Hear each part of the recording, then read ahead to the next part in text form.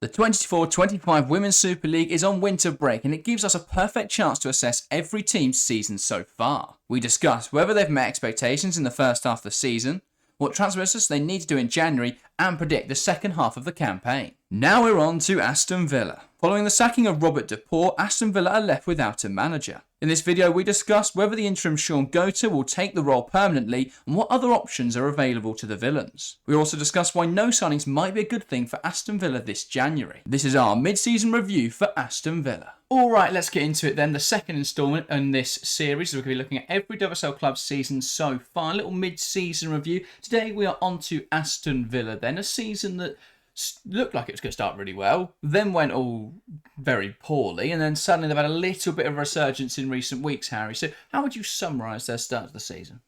I would summarise it as weird. As you say, I think after match week 1, after the game against Chelsea, and then a couple game weeks in, we saw the game against Man City. After watching those two games and seeing their other results, if you'd asked me, I'd have said that Aston Villa were on for a really, really good campaign. They were playing some really good stuff. They were taking the game to some of the best teams in the league. I mean, they very narrowly lost to Chelsea. They probably should have drawn that game on the opening day. They led against Man City for a good 60 minutes. For me, based on what we saw at the start of the season, I genuinely thought Aston Villa would be, probably on par with where Brighton are this season. I thought Aston Villa would go a really, really strong campaign. And then suddenly, they kept playing well, but they weren't getting results. And then the performances started to drop. Then De Poor was sacked. And now they head into this mid-season break with a huge 2025 on their hands where they're going to have to fight hard to stay in the division. Yeah, as you say, I think weird is probably the best way to describe it because that Chelsea game was so full of promise. They looked a really decent outfit. Even against Brighton, I know the result fell apart in the end, but they were playing well for a while until Paulo Thomas got sent off. So, that was another really weird one. Tottenham, a game that springs to mind. They should have won that game by 4 or 5, really. They had so many chances and couldn't put them away. And when you think about those marginal differences, they start to add up over the first half of the season. And they are now on 9 points, but you could easily add 3, 4, 5 points to that. And then suddenly they're looking like they're competing with Brighton. They'd only be a handful of points off Brighton. They'd be 6th in the league. And they look like having a really encouraging start. So I don't think it's panic stations, the poor start to the campaign, because I think that, they are still on 9 points now. That they do look a lot more positive without Robert de Poor at the helm. What went wrong for de Poor? Because obviously that Chelsea game everyone watched, the tactics were quite good. Other than that, though, it started to fall apart about match week 5. It did, yeah. And for me, it's a simple case of the results didn't come, and then suddenly that spiraled downwards for de Poor and for Villa, because when you look at it, obviously they are on 9 points. 3 of those were picked up by Sean Gota. So across all of the games that de Poor managed, they only picked up 6 points. When you think of how well they played, they should have picked up a lot more. And I feel like that was Villa's downfall. And the reason de Poor was sat is because they were playing some really good stuff at the start of the season. But because they didn't get the results, morale dropped, lost the dressing room. The team started, they didn't believe in de Poor anymore. And then because of that, then they then lost the performances as well. So right up, towards the end of de Poor's reign, we saw that Villa were playing badly and losing. So, they'd gone from playing well but losing to playing poorly but losing. And then, obviously, that is at that point when, when a manager's lost the dressing room and his team aren't playing well and are not getting the results, they're always going to end up getting sacked at the end of the day. But it was weird. You look at those 6 points and there's draws in there against Tottenham, against Manchester United as well. What a huge draw that is. They just couldn't quite turn those into wins. The losses they did have were narrow on most occasions. Obviously only 1-0 to Chelsea, 2-1 to Manchester City, I think it was in the end. So they've not been tanked very often this season. The Arsenal result I thought was really poor, but Arsenal have been immense under René Slegers. So there are extraneous circumstances. I think the decision to sack de Poor was not necessarily a sporting one, or if it was, it's more to do with his management of the squad. Yeah. I think we're seeing more and more now male managers in the league struggling with that people management side of the game. We've seen it, allegations with Mark Skinner. We saw it with Jonas Eiderval, and I think it's a learning curve, isn't it? Yeah. Of how, because a lot of the male managers will come across from the men's game and stuff like that, and it is a different atmosphere, it is a different environment in the women's game. So I think it is just about that learning period. There are managers who've done it incredibly successfully, but they're managers who tend to have been in the game for a long time. If you take Matt Beard, for example, I think his manner has always been incredibly respectful, and I think he's always done well. But he's been in the game for so long, so he's built that up over years. I think for a lot of the younger male managers, that does seem to be an issue, especially in the WSL. So. Yeah, that was a shame to see DePaul go out in that manner. Gota came in, a big win then in their final game of 2024. That was necessary, really, that 3-1 win over West Ham. Yeah, very much so, as you say, absolutely huge against a team that they are fighting down at the bottom there. And for me, that victory makes their season look so much different to what it could have been. If they'd lost that game, they'd be rooted on 6 points and they'd be only a point off the bottom of the league. With that huge win, though, they've given themselves a bit of a buffer and there's a little bit more belief. And to be honest, now looking at their season, it doesn't look too bad on paper. But when you actually think about how important that West Ham win could have potentially changed their season, and I know that's a bit drastic, but means they ended the year on a high, positive way to go into the mid-season break and come back in the new year, and gives them a margin to the teams below them. And there's a lot of work for Villa. They'll hope to take optimism from what Leverkusen have done since DePaul's left, which is, just hopefully fly up the league and see what happens. But Villa, they've got a big few months now. We know how that relegation fight has been tight all the way through the first half of the season. I don't think that's going to change in the second half. So points will be pivotal for Villa, and I think it's going to determine what they try and do now. This is why this is a big decision. Do they try and, just survive, pick up points where you can and survive, or do they bring someone in that's going to try and just throw them up the league? Well, yeah, this is where I was going to move on to that vacant manager's position, because obviously Sean Goat has taken 2 games, and while we've not seen anything to suggest he's revelationary, does it make sense to keep him in that role for now? For me, I believe so. I think for Villa, they have to realise there's no point bringing in a project manager now. There's no point bringing in a manager that is going to be looking forwards, because I don't think that's quite going to work. That's what they had in DePaul. It didn't. I know it didn't work. I'm not saying it probably would have worked out if it wasn't for other circumstances. But the position they're in right now, the relegation fight they're in, I think it's important they bring a manager who can just keep them up. That's got to be the main thing for Villa, is survive. Just stay in the division, win the games you should win. If you lose to the top 5, doesn't matter. Just bring someone in who's going to keep morale high, going to keep the dressing room optimistic, and just going to keep the points ticking over. Yeah, it's difficult to sort of envision what a replacement would look like, because you'd probably want an experienced head, someone that can get them over the line. I don't think Carla Ward's going to come back, so that one is out of the window for now. I've seen people say Casey Stoney, and I think that would be a really exciting appointment. My only issue with that is that a lot of this Villa squad are older English players, so they would have played with Casey Stoney and have a relationship there, and I do think that can complicate things. The fact that there is that pre-existing relationship with those players, and I think there's already an issue at Aston Villa of hierarchy, because it is a bit of an older squad. You think about the core of the team, and they are all into their 30s. And I think that is a bit of an issue at Aston Villa.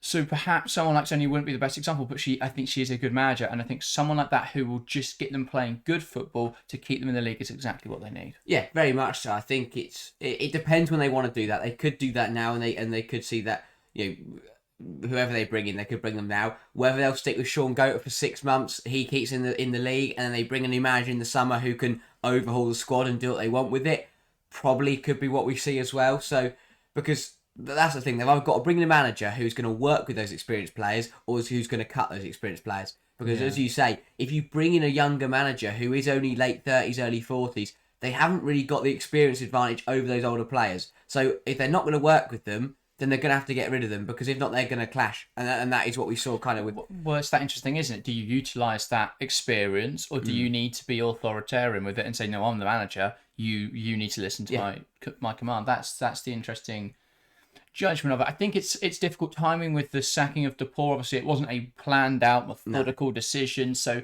they've shoehorned themselves a little bit, because they've not really seen enough of Gota to make a decision. He's had 2 matches. Yes, they were victorious in both, but they were relatively nice opposition. And that new manager bounce is a thing. So I've not really seen a representative sample size of matches, but January is the period where you can make those changes, knowing that you can then go and make transfers to suit that manager's needs. So it is a bit of a difficult situation now for Aston Villa. Do they stick with Gota without much knowledge of him, or do they gamble on someone else? Because it is a bit of a gamble at this stage. They are in that relegation fight.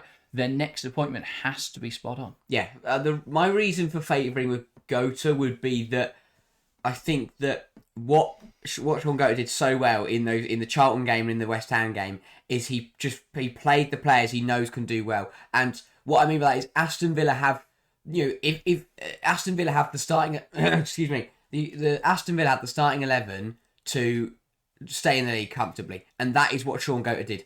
What he did in that West Ham game especially, we saw Adriana Leon come back in and she scored a double in the end. Yeah.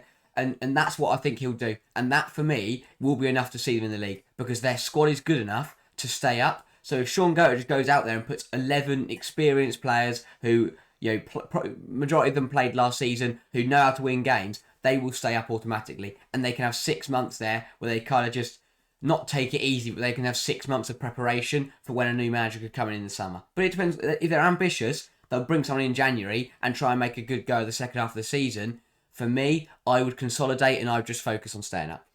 Yeah, I think you make some interesting points. I think that leads quite nicely into what January should look like for them. You mentioned there the more experienced players, the fact that they have got the quality in the squad to stay up. Does that mean their focus this January should be on bringing in more young players rather than panicking and getting more starting quality now? Yeah, I do think so. As I said, they've got the quality in that starting 11 to succeed.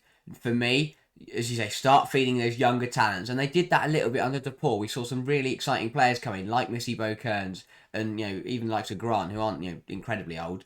But Chastity Grant's 23. Well, exactly. Very exciting young talent. And that's what they've got to do more of, I think. Bring in these young players who maybe aren't playing incredibly right now, but with a bit of development, with learning under experienced players, could turn into top players themselves. And I think that has to be the key for Villa, is use that experience. If you give the younger players time to learn under those more experienced heads. If you bring in a younger defensive midfielder to learn under Jordan Nobbs, they're going to learn loads. Jordan Nobbs, incredible footballer, has played an incredible number of games in England. If you get her to kind of mentor a younger defensive midfielder, that younger defensive midfielder will turn into a good player. Well, yeah, I mean, we did a video the other day talking about one transfer every club should make. I mentioned Alex Chidiac in that. I saw a comment the other day talking about Taylor Ray, who I think is a really exciting player in the W League at the moment. So there are a lot of options like that. Noting on, you mentioned there the younger players not really performing this season. I will say that Chelsea game, I thought Chastity Grant was really good. She gave Baltimore a really tough time of it. And obviously, Paolo Thomas was one of the revelations from that match.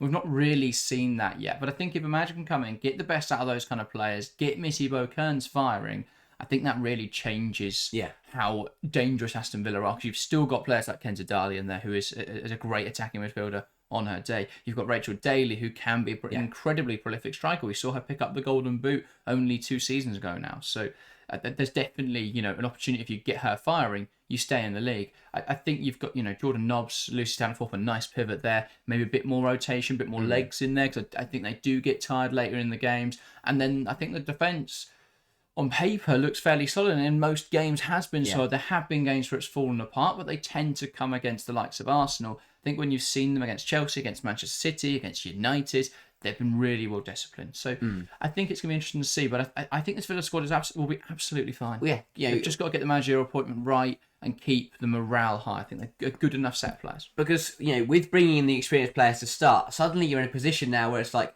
well, Leon scored a double and played brilliant against West Ham. If you want to sub on the 60 minutes, who do you bring on? You bring on Chastity Grant. That's an incredible substitution to have on the bench. If you're starting Kenza Dali, vice versa, of course. Yeah, if you're starting Kenza Dali, suddenly you've got Missy Bo-Kearns to come on. And when you start to look at it like that, you suddenly realise that Aston Villa have some really decent depth in it, especially in attacking areas. And I do think that they can make a real go of this second half of the season, whether they bring in a new manager, whether they stick with Gota. They're really not in a bad position, and they could still have a really strong season. Yeah, and let's talk second half of the season and some predictions then. So currently sat 7th in the league, 12 games to go. On 9 points, 2 points behind Tottenham, 8 points behind Brighton. Obviously only 4 ahead of the relegation zone. Where do you see them ending up? Such a tough question, because on one hand you think they're 1 win away from being into the top 6, but they're also a couple losses away from being bottom of the league. And that is the mental scenario that we find ourselves in with this incredibly tight relegation battle. For me, I think performance-wise, they can take that 6th spot. Because I'm not inspired by Tottenham, to be completely honest. They have been better in recent weeks. So for Villa, I really think they can target that 6th spot, Yeah. but they've got to be careful. They have to be looking forward, but they also have to be looking over their shoulder because, as I say, they're a couple of results away from being comfortably top half to being bottom of the table, and that is a really weird scenario to manage to kind of coach. It's one of those where you just want to ignore the table for now. You want to look at the fixtures ahead of you. They've got Everton coming up straight after the winter break. Obviously, the FA Cup before that, but Bristol Rovers shouldn't be a challenge. FA Cup quarters, maybe, round 16, depending on the draw. So, yeah, they get a nice run. I mean, Bristol Rovers at home is a really nice tie. Run, yeah. So, again, that's an opportunity, though, to not only bring players back into sharpness after the winter break, but to get those young players firing. Get a goal for Missy Bowkerns or something like that in that kind of game. Yeah, so the next 5, Everton away, City home, Chelsea home, Leicester away, Everton at home. For me, there's got to be 9 points in there. You've got to be Everton on both occasions. Really, I know they've been better in recent weeks, and they've now signed Kelly Gargo, but I don't think that changes them from being in the relegation fight to not. And if Aston Villa want to distance themselves from that, they've got to gap Everton in with this sort of opportunity. Leicester in there as well, unless they sign big in January, still don't have a recognised goal scorer. They've been playing Takarada up front. That's not really working. No. And so you've got to take advantage of those kind of things. Obviously, City and Chelsea sandwiched in the middle there, but they're two sides that Villa have given games to this season. And with the number of competitions both those sides are in, there's an opportunity there. And so Villa have got to set up in a way that they can go and try and take those teams on. But it's going to be interesting. I think that they should be fine. As I've said, Crystal Palace in the game after that, they take 12 points from that first 6 games, they're safe. Yeah, absolutely. And so that is the situation now for Aston Villa. It's just about managing those games, not really looking at the table, because the table can tell lies sometimes. Yeah. The table can lie. I think that what Aston Villa have got to do is just get their heads down, focus on themselves, get some momentum from a couple wins. Don't worry too much about Chelsea and Manchester City. See what we get from the other games. I think there's no need to panic just yet. It'd be interesting to see who they bring in as a manager. I think they need someone experienced. They need someone the players are going to listen to and trust. That's the most important thing for an appointment. If it is to be Sean Gota, I think that's fine. If it's to be someone else, then I think they've got to meet that sort of criteria. Yeah. They can't really afford to take a punt at this point. No. Maybe in the summer again, once you can build the squad to that manager's liking, once you can maybe move on some of the older players, then look at that. But this second half of the season's got to be focused on staying in the division. Yeah, very much so. For me, take each game of its own. You know, you treat every game like a cup game, really. Each individual round of the game, win that game, win that game, win that game. And, you know, as you say, they're a few points away from being in a really comfortable position. Yeah. All right. I think that pretty much rounds up everything for this. If you haven't already, go and check out yesterday, the first instalment of this series. We spoke about Arsenal, we spoke about Eidevall, Lakers, all that sort of stuff. And join us again tomorrow. We're going to be talking about the revelation from this season, which is, of course, Brighton. They've been phenomenal. So join us for that tomorrow. And, of course, check out all our videos from last week where we did various things ranking every team's season. So there'll be Aston Villa in that, a transfer suggestion for every club. Again, Aston Villa involved in that, so go and check that out. That, though, is everything from us today. Thank you guys very, very much for watching, and we'll see you next time. See ya.